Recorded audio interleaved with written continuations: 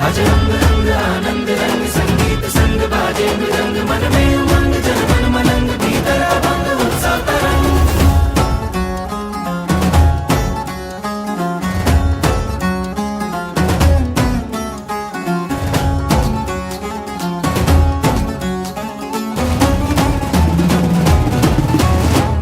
पूरी नगरी आज सजाओ बेलाल बेली है आई, ढोल नगाड़े आज बजाओ संग बजाओ रे शहनाई। पूरी नगरी आज सजाओ बेलाल बेली है आई, ढोल नगाड़े आज बजाओ संग बजाओ रे शहनाई। आनंद अंतर में छाया रे मंगल अवसर ये आया रे, नर नारी कर लो तैयारी आज उत्सव की। मन हर काया रे भाया रे मंगल अवसर ये आया रे, नर नारी कर लो तैयारी महोत्सव की। पूरी नगरी आज सजाओ बेलाल बेली है आई, ढोल नगाड़े आज बजाओ संग बजाओ रे शहनाई। पूरी नगरी आज सजाओ बेलाल बेली है आई, ढोल नगाड़े आज बजाओ संग बजाओ रे शहनाई।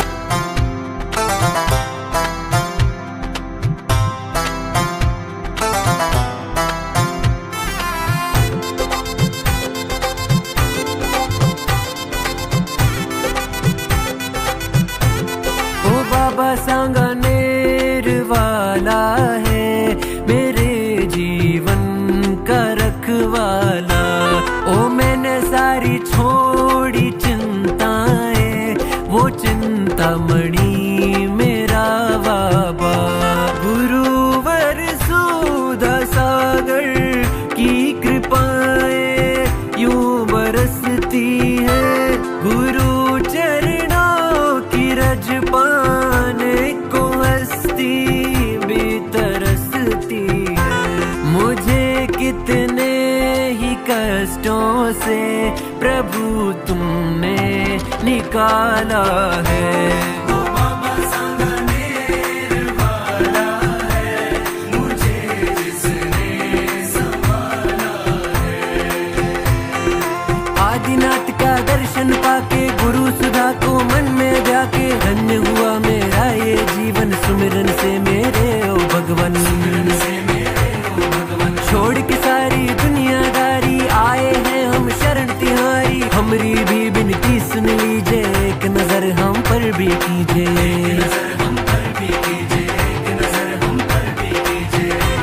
मेरे जीवन के कांटों को प्रभु तुमने निकाला है।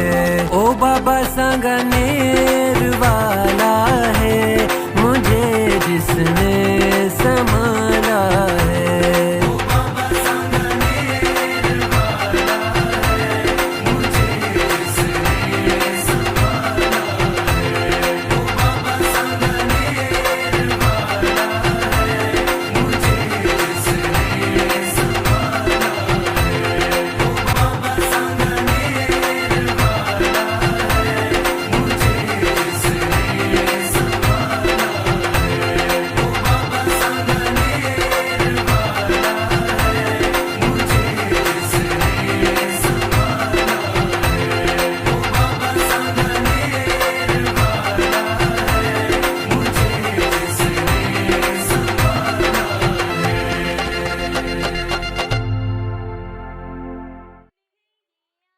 जी में संघ चतुर्वाद मिला था टेबल का और गुरु जी की ऐसी प्रभावना हुई उस समय सांगानेर में हमें 35 दिन का प्रवास मिला था, 2 समाधि हुई थी।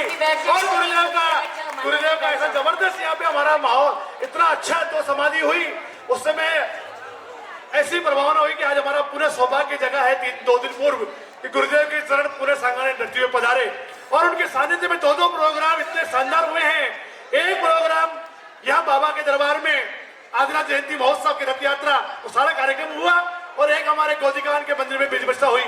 दोनों कार्यक्रम सांगानेर में इतिहास रच गया है दोनों कार्यक्रम का ऐसा। और सुनो, गुरुदेव ने जब मैं महाराज जी के सामने खेलने गया था, हमने हमारी कमेटी ने चतुर्मास का कलश चढ़ाया था, तो गुरुदेव ने कहा था आदिनाथ जयंती सभी अपने सुनो, आदिनाथ जयंती ऐसी बननी चाहिए कि महावीर जयंती से भी बहुत बड़ी हो, क्योंकि हमारे जैन धर्म के प्रवर्तक आदिनाथ भगवान हैं। हमने सांगानेर समाज ने, परमत गांधी कमेटी ने पूरी कोशिश करी कि सांगानेर में इतिहास बनना चाहिए, वो इतिहास बना है आज। हम गुरुदेव के चरणों में, और निश्चित रूप से ये जो इतिहास बना है ये आचार्य सुनील सागर जी महाराज के सत्संग सानिध्य के कारण से बना है। जो हमारे पास में गुरुदेव के चरण या सांगानेर पड़े, अपने यहाँ भी चमत्कार हो गया, पलक पहाड़ी में चमत्कार हो गया। हम गुरुदेव के चरणों में आदिनाथ भगवान की आज क्या है? जयकारा कैसा होना चाहिए फिर? आदिनाथ भगवान की जय। वृषभेश प्रथम तीर्थंकर है, जय प्रथमेश, जय वृषभेश, जय वृषभेश, ऋषभ देव हैं और वृषभ भी कहलाते हैं। जय वृषभेश, जय प्रथमेश। आज आदिनाथ जयंती, आदि ब्रह्मा आदिनाथ प्रथम तीर्थंकर ऋषभ देव भगवान की, भगवान की, आचार्य श्री आदि महावीर कीर्ति सन्मति सागर जी महाराज की। बोले तपत परम पूज्य चतुर्थ पट्टाधीश प्रागताचार्य विनोद गुंदे आचार्य भगवान श्री सोनी सागर जी गुरुदेव की जयकारा गुरुदेव का। राजस्थान की राजधानी जयपुर में आज पहली बार ऋषभ देव भगवान की जयंती का अद्भुत रूप देखने को मिला। और ये जयपुर वालों की शुरुआत हो गई, चाहे सांगानेर के लोग हों, चाहे राजस्थान सभा वाले हों, चाहे वीर मंडल वाले हों, और चाहे समाज का बच्चा बच्चा हो, सबने मन में ठाना है आदिनाथ जयंती हर साल मनाना है।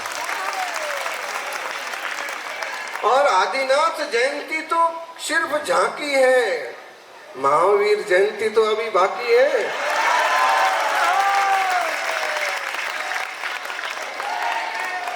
आप कहोगे महाराज जी इस तरह से जल्लोष करने से क्या मिलता है, इस तरह से शोर करने से क्या मिलता है? ध्यान रखिए, धबला पुस्तक 1 में लिखा है कि जब देवता लोग भगवान के अभिषेक की महायात्रा निकालते हैं, सुमेरु पर जब जिनेश्वर को लेके जाते हैं, तो उस वैभव को देख करके कई मिथ्या दृष्टि देवता भी सम्य दृष्टि बन जाते हैं।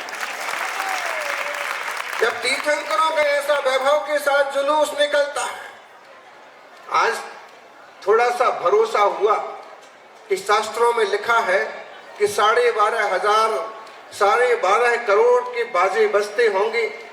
आज 12.5 करोड़ तो नहीं थे, लेकिन 100 से ज्यादा तरह के बाजे बज रहे थे।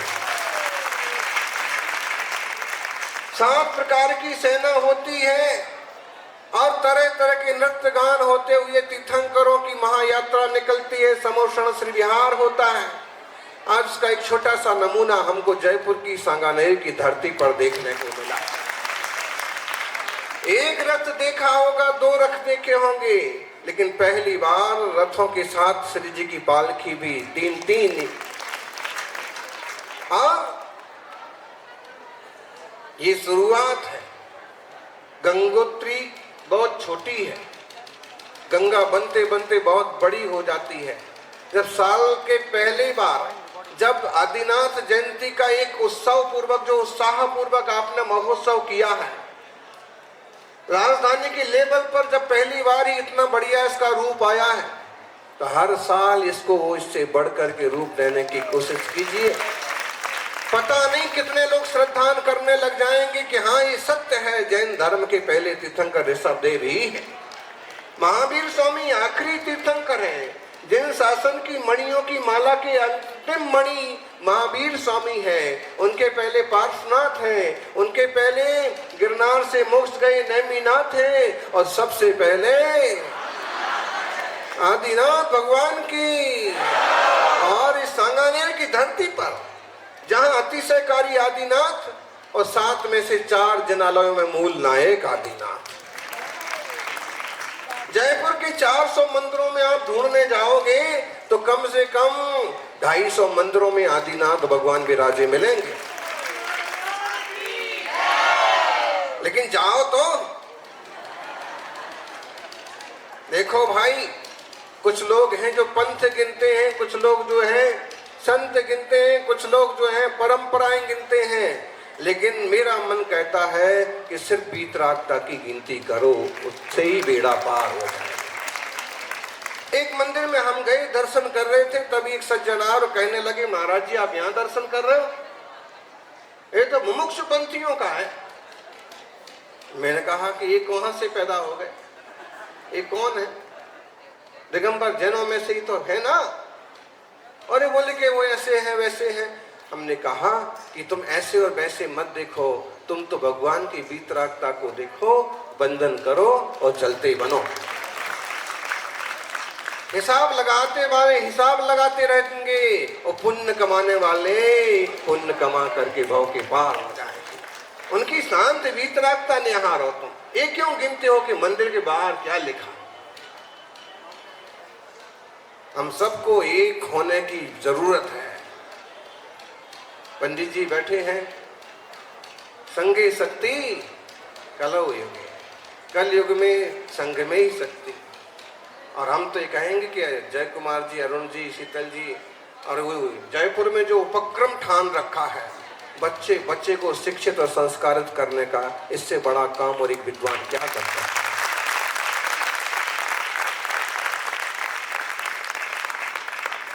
इससे बड़ी आहुति क्या दे सकता है?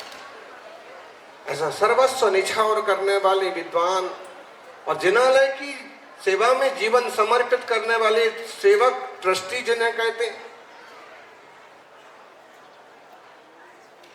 और समाज का हर एक वर्ग, समाज का पिछड़े से पिछड़ा, निचले से निचला व्यक्ति हमें बहुत प्यारा होना चाहिए। साधर्मी वात्सल्य, आज उसका नमूना देखने को मिला। कल चर्चा हो रही थी, बोले महाराज जी आहार को यहां से उठेंगे कि वहां से उठेंगे? एक दो श्रावक कहने लगे यहां से उठेंगे, एक दो श्रावक कहने लगे कि वहां से उठेंगे। थोड़ी देर में भी दोनों कहने लगे महाराज जी जहां से कहेंगे वहां से उठेंगे। ये साधर्मी वात्सल्य की बात तो अपनी एक बार रखो कि मुझे लाभ मिले, लेकिन इनको भी लाभ मिल गया तो मैं उसमें भी शामिल हूं। हमारा ही तो परिवार है, हमारी तो सभी, हमारा ही तो समाज है, हमारा ही तो गांव है, हमारा ही तो मंदिर है। चाहे ये मंदिर हो, चाहे वो छोटे मंदिर हो कि बड़ी मंदिर हो, छोटी प्रतिमा हो कि बड़ी प्रतिमा हो, चाहे गिरनार जी हो, चाहे चंपापुर हो, भागलपुर हो, कटक हो, खंडगिरी, उदयगिरी का, चाहे कुछ भी हो, जहाँ वीतरागी भगवान बैठे हैं उनके लिए तो हमारा जीवन भी समर्पित होना चाहिए। सौभाग्यशालियों, आदिश्वर स्वामी का मंगलमय अभिषेक हुआ। पवन जी तो पवन की हर तरह पता नहीं कहां से आ गए और सबसे पहला कलश लेकर के उनने अपूर्व पुण्य का अर्जन किया है। दोनों दिल्ली से।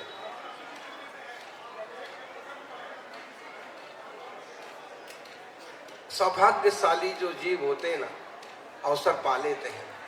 और एक बात ध्यान रखिए, यहीं आकर के नहीं कर रहे, जब हमारा उस तरफ से संघ का विहार हुआ और पड़गान भी इनके यहां हो गया। अभी ताली मत बजाओ। पड़गान होने के बाद हम देखें कि देखो मुनियों की चर्या बहुत कठिन होती है। श्रावक तो पूरी भक्ति करता है कि आज मैं पड़गाऊंगा, मेरे यहाँ आएंगे, मैं आहार दूंगा, खूब उत्साह से करता है। लेकिन जो मूल गुण है ना ऐसा समिति वाला, उसमें 46 चीजें लागू होती हैं। हम गए तो सिर्फ इतना सा था कि आहार बनाए। अब घर तो इतना हवेली एकदम, उस अकेले एक घर में 100 साधु खड़े होके आहार कर ले, इतना बड़ा घर।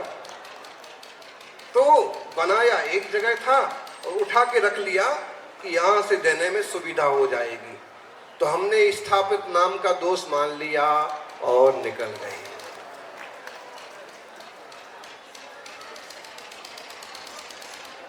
उल्लेख क्यों किया? उल्लेख इसलिए किया कि कोई अकड़म तकड़म बुद्धि वाला होता तो कुछ भी बातें करता, महाराज जी क्यों निकल गए, क्या जरूरत थी, आज तक कोई नहीं निकला। इस जीव ने कुछ भी नहीं कहा। जिसमें गुरुदेव प्रसन्न है वही हमारी भक्ति है, वही ठीक है। मतलब है अब यहाँ के श्रावकों का भी। वहां वेदी प्रतिष्ठा हो रही है, यहाँ आदिनाथ भगवान आपस में अच्छा सामंजस्य आया। और दूसरा, जिसमें आचार्य श्री की जो आज्ञा है हम उस ढंग से चलेंगे, और जब उस ढंग से चलेंगे ना तो देवता भी आसमान में आकर के छाया करेंगे, देवता भी सहयोगी बनते हैं।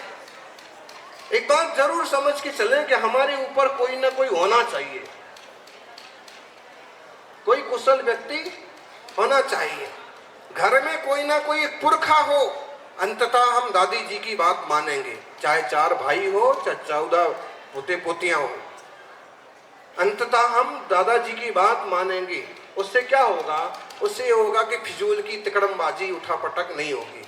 और समाज के मामले हो तो प्रज्ञावान जो मुनिराज हैं, साधक हैं, सबके प्रति वात्सल्य रखने वाले हैं, समाज ये निर्णय करे हम महाराज जी की बात मानेंगे। उससे क्या होगा? खींचतान नहीं होगी। होते हैं अवसर आते हैं, कभी कभी ऐसे लगता है कि लेकिन गुरु जी ने कह दिया, गुरुदेव ने कह दिया, गुरु से बढ़कर कुछ नहीं। हमारे लिए भगवान से और गुरु से बढ़ के क्या चीज है? लाख लाख रुपए निछावर कर रहे थे, एक कलश करने को मिल जाए। अरे भाई, लाख रुपए कमाने में महीनों पसीना बहाना पड़ता है, और तुम यहाँ ऐसे देके जा रहे हो। ध्यान रखना, दिल में यह है कि गुरु से बढ़कर कुछ नहीं। ये क्या चीज है? भगवान से बढ़कर कुछ नहीं। सौभाग्यशालियों,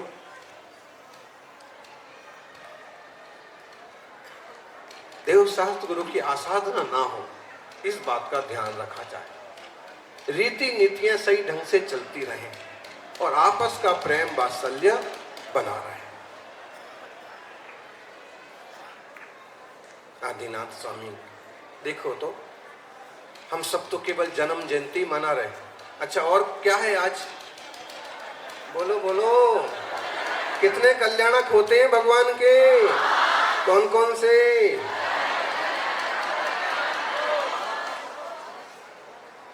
मोक्ष और योग संयोग। देखो, आदिनाथ भगवान ने चैत्र कृष्णा नवमी को जन्म लिया, और चैत्र कृष्णा नवमी की तिथि में ही तब स्वीकार किया। इसका मतलब है, उनका मौन संदेश है, ज्ञानी जन्म लिया है तो दीक्षा जरूर लेना। जन्म जयंती हो, जन्म दिवस, बाण दिवस, बर्थडे, बर्थडे मत मनाइए। बर्थडे का मतलब व्यर्थ डे। जब जन्म होता है तो रोते रोते ही तो जाता पूरा दिन। बर्थडे मत मनाइए, जन्म दिवस मनाइए, और वो भी भगवान जिनेश्वर का अभिषेक करके मनाइए।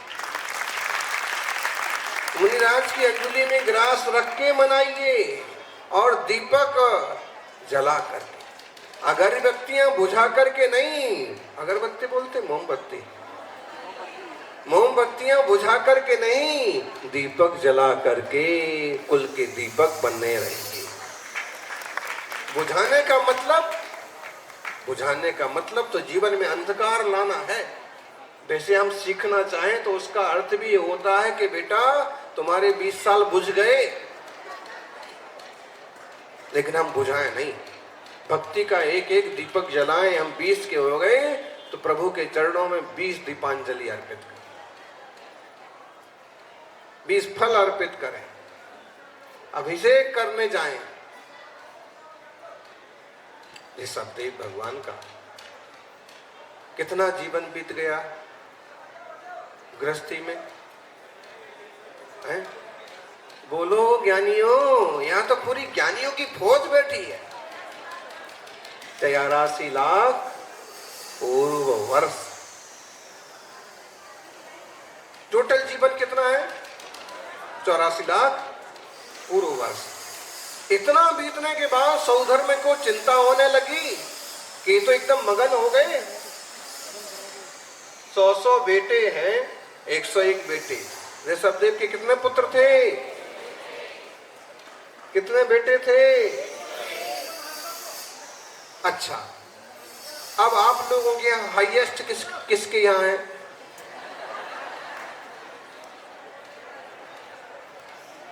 किसके 5 भाई हैं? हाथ खड़ा करो। वो पुराने जो कुछ लोग हैं जिनके बाप दादाओं में दम था, उनने हाथ खड़ा किया। आप कहोगे महाराज जी कैसी बात करते हैं? अरे बात नहीं करेंगे, अब जब आदिनाथ के जन्म की और आदिनाथ के राज्य की बात कर रहे हैं तो करना तो पड़ेगी ना।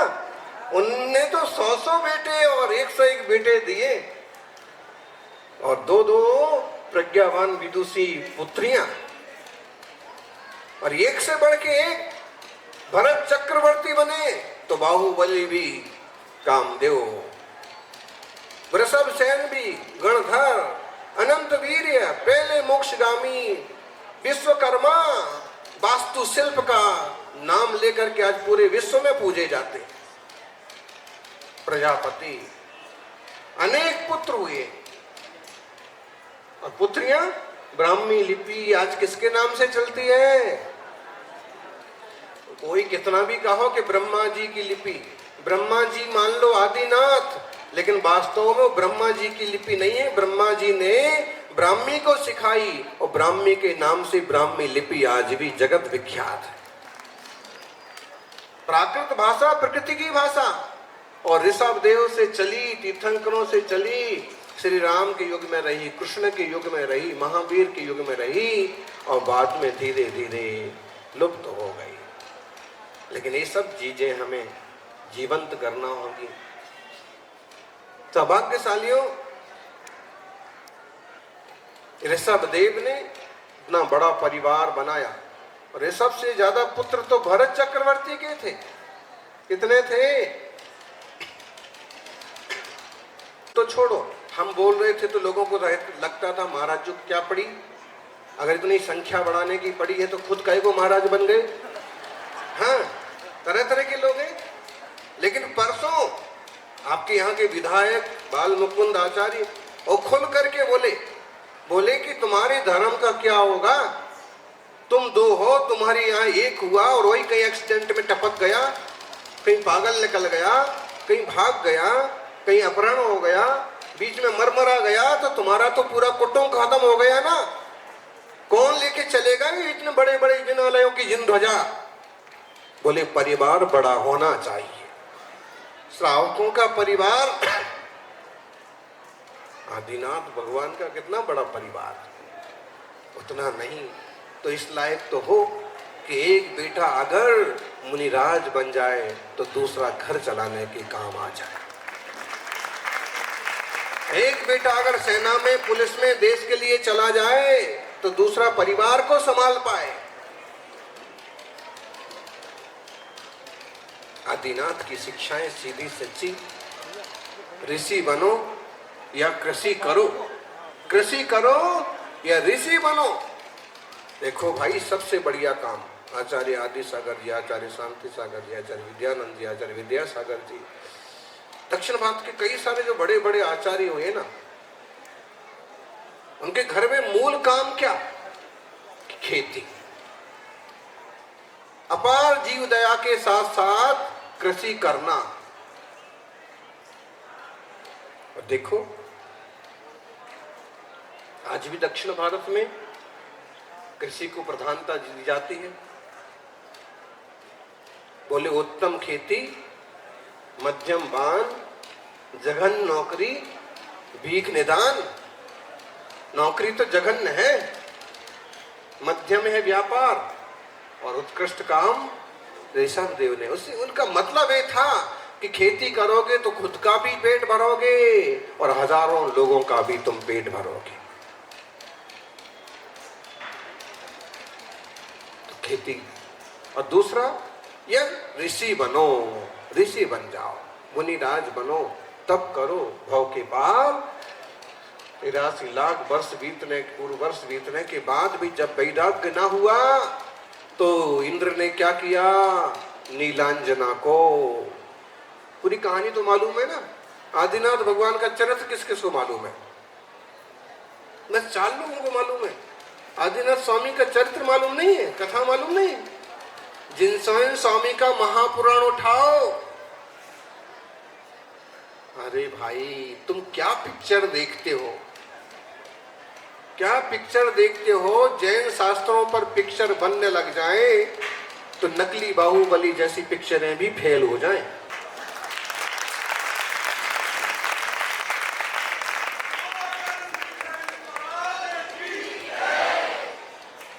बस उसको उस ढंग से पेश करने वाले लोग चाहिए। ऋषभदेव का अद्भुत चरित्र है। कहां पिछले भाव में महाबल की पर्याय, कहां वज्रजंग की पर्याय, कहां जंगल में मुनियों का संयोग, कहां उन जीवों का मिलन, और कैसे आगे आगे बढ़ता गया, चरित्र निखरता गया। और ऋषभदेव होते होते तो पहले तीर्थंकर बन करके इस युग में जन्म लिया। राजपाट कुलकर और मनुओं की परंपरा में वो गिने जाते हैं। चक्रवर्ती भरत, जिनके नाम से देश का नाम भारत पड़ा, उनके पिता कहलाते। घर में कोई कमी नहीं थी, लेकिन आत्मस्वरूप को जानकर वीतराग विज्ञानता के बल पर उन्होंने मोक्ष मार्ग में कदम बढ़ाया। कहते नीलांजना का नृत्य देखते देखते जब नीलांजना का मरण हो गया, देवताओं का भी मरण होता है। अपन तो क्या चीज है, उत्सव में भंग हो गया, ऋषभदेव को वैराग्य हो गया। वही तिथि थी जो जन्म तिथि, वही तप की तिथि बन गई। हम भगवान के महामंगलकारी वैराग्य की भी अनुमोदना करते हैं, और उनके जैसे संयम मार्ग पर चलते हुए हमारी आत्मा भी तप करके, विकारों का हनन करके परम पवित्र स्वरूप को उपलब्ध हो। उन्होंने जो आत्म कल्याण का मार्ग बताया, उस पर हम सभी चलें। एन स्वयं बोधमयेन लोका आश्वासता केचन वित्तकारे प्रबोधता केचन मोक्ष मार्गे तमातिनाथम। जिनने कुछ लोगों के लिए गृहस्थावस्था में गृहस्थी का मार्ग बताया, फिर मुनिराज की अवस्था केवल ज्ञान पाके मोक्ष मार्ग बताया, आत्मा से परमात्मा होने का मार्ग बताने वाले उन ऋषभदेव भगवान के चरणों में बारंबार वंदन हो। जय बोलिए आदिनाथ ऋषभदेव भगवान की। पूरी भारतीय संस्कृति में ब्रह्मा विष्णु महेश के रूप में विख्यात, प्रजापति के रूप में विख्यात आदिनाथ भगवान की